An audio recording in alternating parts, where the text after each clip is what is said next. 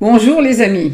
Alors Oedipe arrive à la ville de Thèbes, qui est gardée par une créature fantastique qui tyrannise les habitants. Et cette créature, c'est le Sphinx. Celui-ci ne laissera le pays tranquille que lorsque quelqu'un aura résolu une énigme qu'il connaît. Mais il dévore tous ceux qui échouent. Tu es plus que ce que tu crois être et il faut que tu le prouves. Nous vivons une époque énigmatique et initiatique. Une histoire de laquelle nous devons sortir vainqueurs ou morts, canaliser l'énergie pour l'avenir ou disparaître. Il fallait bien que ça arrive. L'existence est tellement artificielle, superficielle, corrompue au sens de la langue des oiseaux, corrompue, rupture avec le corps, avec le réel, terrien. Il fallait bien que tombent les rideaux de ce théâtre minable. Voir ça en face, pour certains, ça relève déjà de l'héroïsme.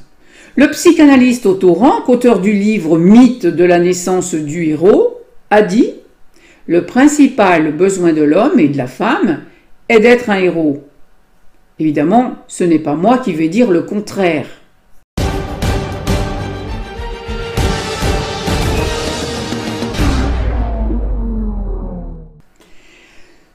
Je suis Élisandre et j'accompagne les personnes à faire de leur vie une aventure héroïque.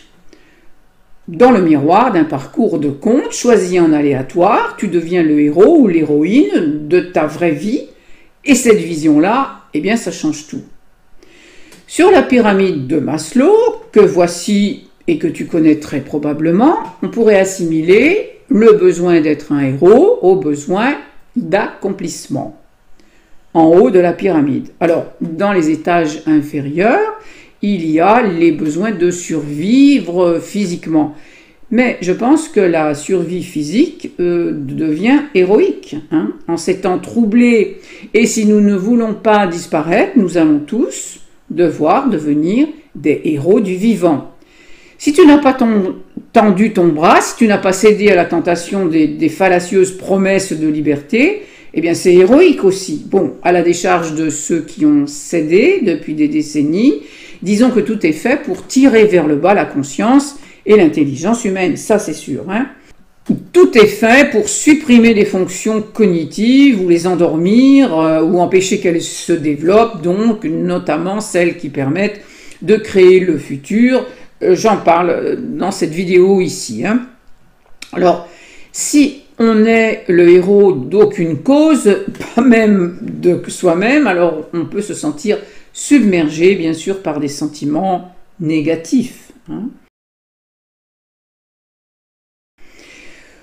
Le modèle héroïque, ça permet de répondre à la question « Comment puis-je accomplir mon vrai destin ?» Et c'est essentiel.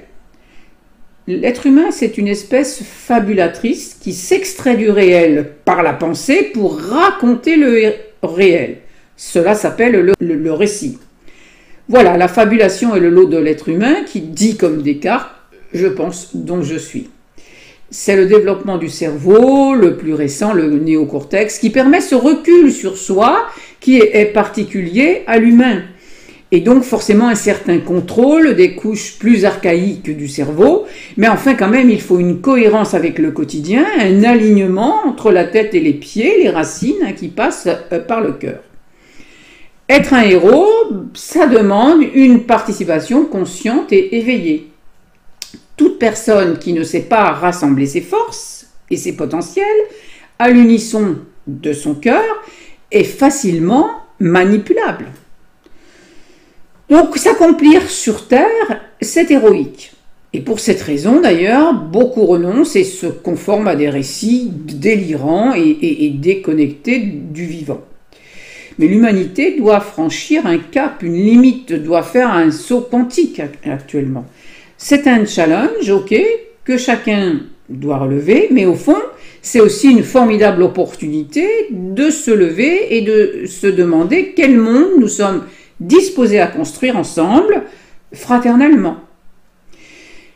Les dirigeants autoproclamés ont accumulé beaucoup de pouvoir et construit une sorte d'hyper-réalité fantasmée pendant la période de somnolence des peuples. Dans les romans comme dans la vie, une histoire commence toujours par un événement qu'on appelle perturbateur, un choc. C'est le moment pivot pour le héros de l'histoire de changer son ancien futur. Cet événement perturbateur crée une tension entre deux futurs potentiels, l'ancien et le nouveau. Et aujourd'hui, l'ancien futur, c'est ce qui mène droit à des horreurs dont tu n'as pour l'instant, à mon avis, qu'un petit aperçu. Et l'autre futur, le nouveau, c'est le monde d'après, comme on dit, et que le peuple doit créer. Et pour cela, il faut réveiller l'imaginaire et puiser dans les ressources intérieures. Depuis la nuit des temps, les hommes se racontent des histoires, voilà, des mythes où des héros affrontent des monstres, des dragons et des épreuves en tout genre, y compris intellectuelles, telles les énigmes posées à Oedipe par le Sphinx. Nous sommes devant des énigmes actuellement et nous devons les résoudre sous peine de mort, de disparition. Nous ne pouvons pas subsister tels des esclaves ou des animaux domestiqués. C'est pas possible. Alors pour rêver, nous passons un temps incroyable de notre vie à suivre des histoires et dans les films, dans les feuilletons, mais aussi dans les aventures héroïques des politiciens, des sportifs, des têtes couronnées, des célébrités diverses. Et nous nous assimilons en sorte au héros par l'imagination. Nous sommes dans sa peau et nous menons son combat à travers lui de façon imaginaire, bien sûr. Il nous inspire. Et le triomphe du héros, qui transforme une situation désespérée en une victoire, nous procure une joie intense quand nous regardons un film. Mais maintenant, le moment est venu où tu dois cesser de te distraire et devenir toi-même le héros de ton histoire.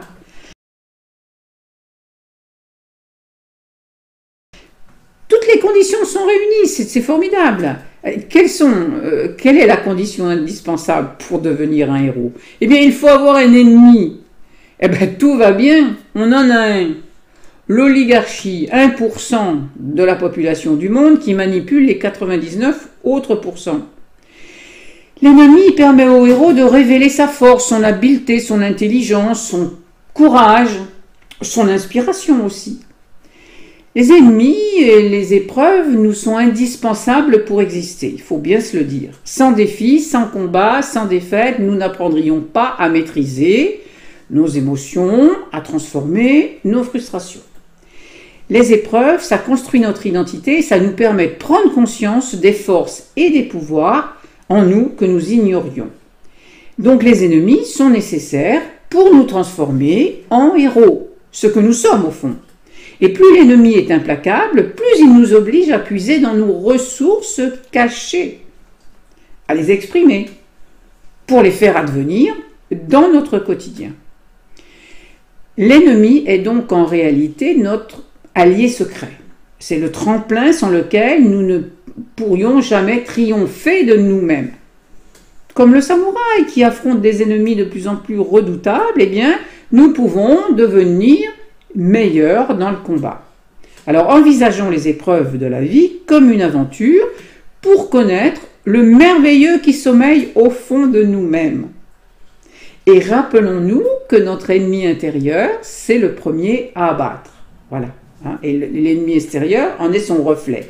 Ainsi, présentement, en chacun de nous se trouve un adversaire à la liberté. Et c'est ce dragon ou ce diable que nous devons affronter pour révéler la liberté de créer et d'aimer, etc. Quand tu contactes dans ton fort intérieur l'ennemi que tu vois à l'extérieur, il est plus simple de le contenir. Alors, à ce moment-là, tu renverses le rapport de force, tu retrouves ta puissance et tu trouves l'énigme, comme Oedipe. Et comme lui aussi, tu seras acclamé et fait roi dans ton nouveau royaume. Tu seras souverain. Alors, je te laisse méditer sur le sujet. Si cette vidéo t'a apporté, merci de la liker et de la partager. Et tu as sous la vidéo le moyen de me contacter pour faire de ta vie une aventure héroïque. À bientôt dans cette vidéo.